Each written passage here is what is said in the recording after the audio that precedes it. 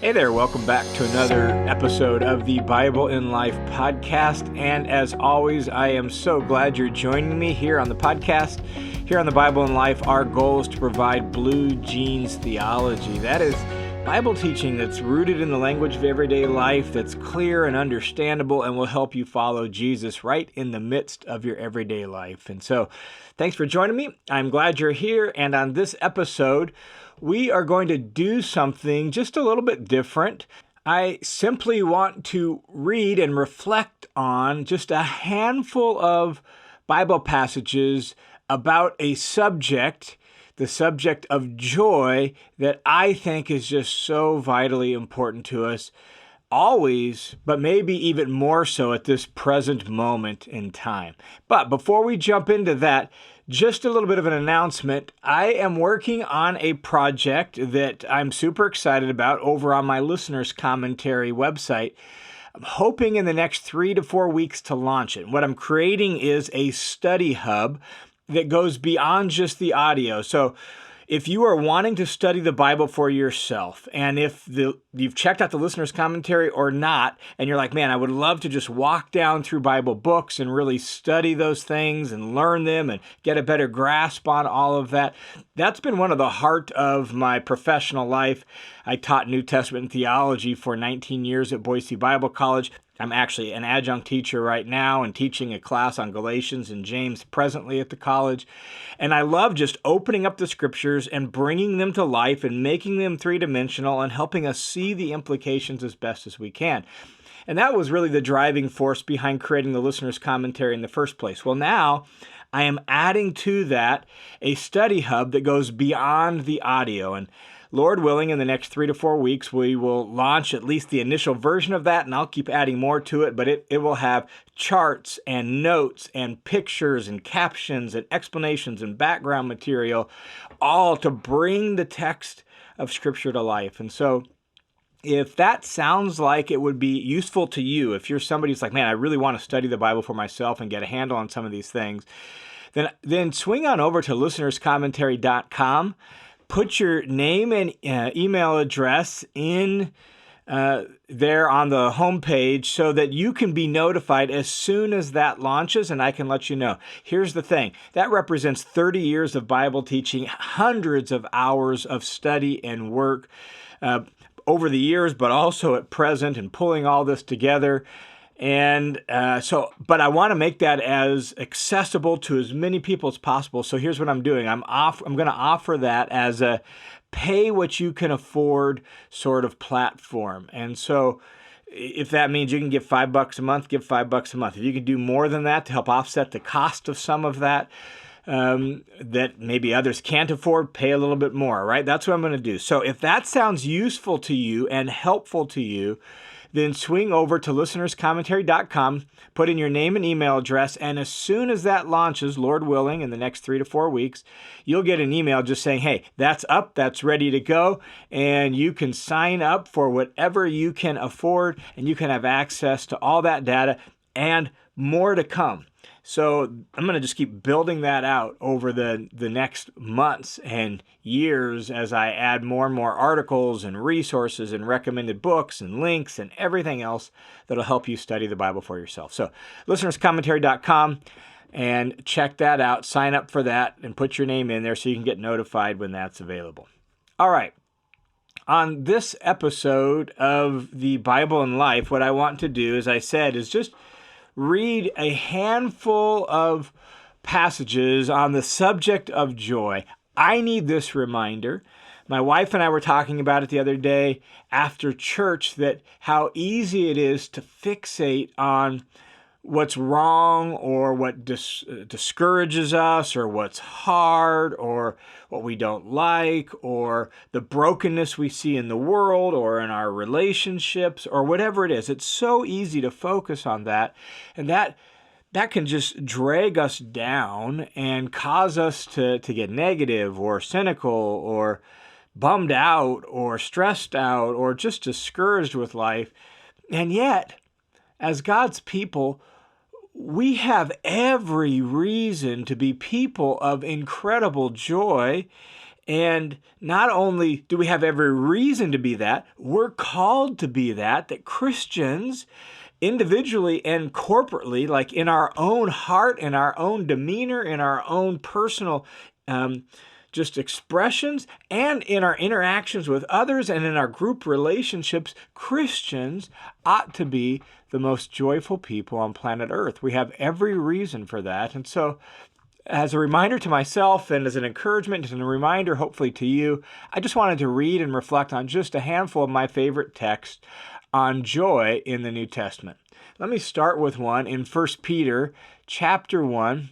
I'm going to begin in verse 3, but the stuff about joy picks up in verse 6, but we have to have the context so we can hear it. So 1 Peter chapter 1, picking up in verse 3 says, "Blessed be the God and Father of our Lord Jesus Christ, who, according to his great mercy, has caused us to be born again to a living hope through the resurrection of Jesus Christ from the dead, unto an inheritance which is imperishable and undefiled and will not fade away, reserved in heaven for you who are protected by the power of God through faith, for a salvation ready to be revealed in the last time." And then he says, "In this you greatly rejoice," in this hope that gives you a great inheritance and an incredible salvation that's just waiting to be unveiled when Jesus returns. Like, in this you greatly rejoice. And that's not just the word rejoice with an adjective on it. That's a special word that means like you bubble over with incredible exultant joy. Like, in this hope, in this salvation, in this inheritance, you bubble over with incredible, overwhelming joy. Even though now for a little while, if necessary, you've been distressed by various temptations and tests and trials, like whatever kinds of difficulties and temptations come your way, even in the midst of that, you overwhelmingly rejoice. Why? Because the proving of your faith, the testing and proving genuine of your faith through these difficulties and temptations is like more precious than gold, he says. Gold which is tested and proven genuine by fire, and yet your faith and the genuineness of it is more valuable than that. And it's going to result in praise and glory and honor at the revelation of Jesus. And though you haven't seen him, you love him. And though you don't see him now, but believe in him, now you greatly rejoice. And there's the same word again. You bubble over with this exceeding great joy. He says, with joy so great that there's not even words for it. And it's full of glory. That is just an incredible description of the joy we have. And notice, we can have it in the midst of difficult circumstances. We can have it in the midst of tests and trials and hardships. We can have it even though we're being battered by various temptations that are a test to our faith. All of that refines our faith and puts it through the fires of refinement so that it comes out the other side pure and authentic and genuine, and it results in the praise of Jesus when he's revealed. And notice how that's all set in the context of our hope. That our living hope, even in the midst of this world, leads us to bubble over with overwhelming and exceedingly great joy. That's an incredible text about the joy that we have. Here's another one. Another one related to that is James chapter 1. Sounds very similar to 1 Peter, even though it's a little more brief, and that is, "Consider it all joy, my brother." Notice that, all joy, not just a little bit of joy, but all joy, my brother, when you encounter various trials, right? Same idea as 1 Peter there, like various temptations and trials that test your faith. Consider it all joy when you encounter various trials, because you know that the testing of your faith produces endurance. And let endurance have its perfect result, that you may be mature, complete, lacking in nothing, right? And then he goes on as that paragraph unfolds, and he talks about at the end how we're going to be given the crown of life because of our endurance and our perseverance. Again, future focused on our hope and on what we have in Christ. So count it all joy, even in the midst of various difficulties, hardships, tests, temptations, and trials. All of this is an expression of really the work of the Holy Spirit in our life. Like, Galatians chapter 5, the fruit of the Spirit, says that walk by the Spirit, you will not carry out the desire of the flesh. And he explains then a little bit why that's the case, because those two are opposed to each other. They produce different results. And then he says, the fruit of the Spirit is love, joy, peace, and so on. Notice that. The second one, joy, that the Spirit in us produces as we walk in partnership with Him in life. The Spirit produces joy. Like He wants to give us joy. He intends to produce joy. He intends to form and grow joy in us. So the Spirit, as you walk with Him, will fill you and produce in you and increase in you His joy.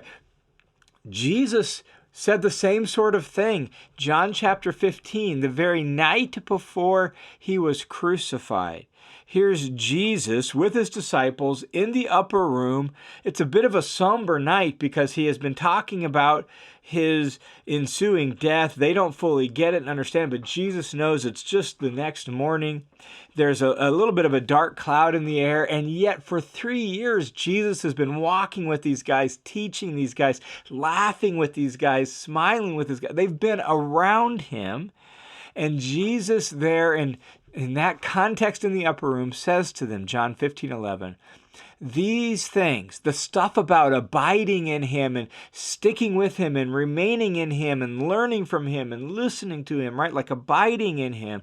These things I've spoken to you, catch this, that my joy might be in you and your joy might be overflowing. Like, here's Jesus speaking to His guys that He's been with for years. And if Jesus didn't have a desirable, radiant kind of joy, the kind of joy that would say, man, I wish I had that kind of joy, He couldn't have said that with any credibility. And yet He obviously did. And they learned that lesson. And so Peter, in that upper room, writing in 1 Peter chapter 1, says, yes, you can have this joy in Christ. Like that's what we do when we experience Jesus and the hope and the inheritance and the salvation that we experience now and forever. Like that gives us this exceedingly abundant, overwhelming joy. Jesus wants us to have that. The Spirit wants to produce that. Way back in Psalm 118, verse 24, it's actually set in a messianic context. It's the psalm about the builders rejecting the stone that became the cornerstone, right? This is the psalm that's about the work of Jesus. And in that context, it says, this is the day that the Lord has made, and I will rejoice and be glad in it. Like God is doing this through His Messiah. He's created a brand new day in human history, a brand new day of salvation. I will rejoice and be glad in it, or maybe even in Him. Like the Hebrew word translated it, bo, in Hebrew, could also be legitimately translated Him. Like, I will rejoice and be glad in Him, His work, and the stone that the builders rejected. I will rejoice in Him. And that makes perfect sense in view of Philippians chapter 4, verse 4, this well-known really exhortation by the Apostle Paul. Rejoice in the Lord always. Not just when you feel like it, not just when it seems to make sense, but rejoice in the Lord all the time. In the midst of the good times and in the difficult times, in the midst of trials and temptations, and right? Like, rejoice in the Lord always. Like, don't put your joy in your circumstances. Set your joy on the Lord Himself. Rejoice in what He has done. Rejoice in who He is. Celebrate Him. And so He says, rejoice in the Lord always. Again, I will say, rejoice. Like, this is to be at the heart of our Christian experience. In fact, when you read through the book of Acts, there's a handful of places where like the gospel is first preached in a new city and people come to faith in Jesus. And in that context, it says there, like Acts chapter 8, there was much rejoicing in that city because people are believing in Jesus. Or that, again, Acts chapter 8 with the Ethiopian eunuch, when Philip preaches the gospel to him, he comes to faith in Jesus, he's immediately baptized. Philip is snatched away by the Spirit, and it says the eunuch saw him no more, but went on his way rejoicing. Like this experience of Jesus right from the get-go leads to a deep, real, radiant kind of joy. Joy is a mark of Christian faith. Joy is a character trait the Spirit intends to produce in us. We are people of exceedingly abundant, great joy. And that joy isn't like self-generated. It's not just shallow. It is joy that's rooted in the Spirit of God. It's joy that's rooted in Jesus himself. It's joy that's rooted in God the Father, Son, Holy Spirit, the three most joyful persons in the entire universe. And they invite us into their joy, want to share their joy with us. And because of what they have done in redeeming us, because of the promise they have given of restoring all things, we, even now, can rejoice with exceedingly great joy, with joy so great that we don't have words for it, and it's full of glory. And so I needed that encouragement. I'm hoping it encourages you as well to fix your gaze on Jesus, to fill your heart with the hope that he has given us, to walk in partnership with the Spirit, and so that he can produce his great joy in you. So may we be people that radiate the very joy of Jesus into the world, even in the midst of frustration, difficulty, temptation, hardship, and darkness. May we rejoice with exceedingly great joy and radiate that into the world so that our joy can be just as attractive as Jesus' joy was, and might just draw people to Jesus himself. Hey, thanks for tuning in to this episode of the Bible and Life podcast.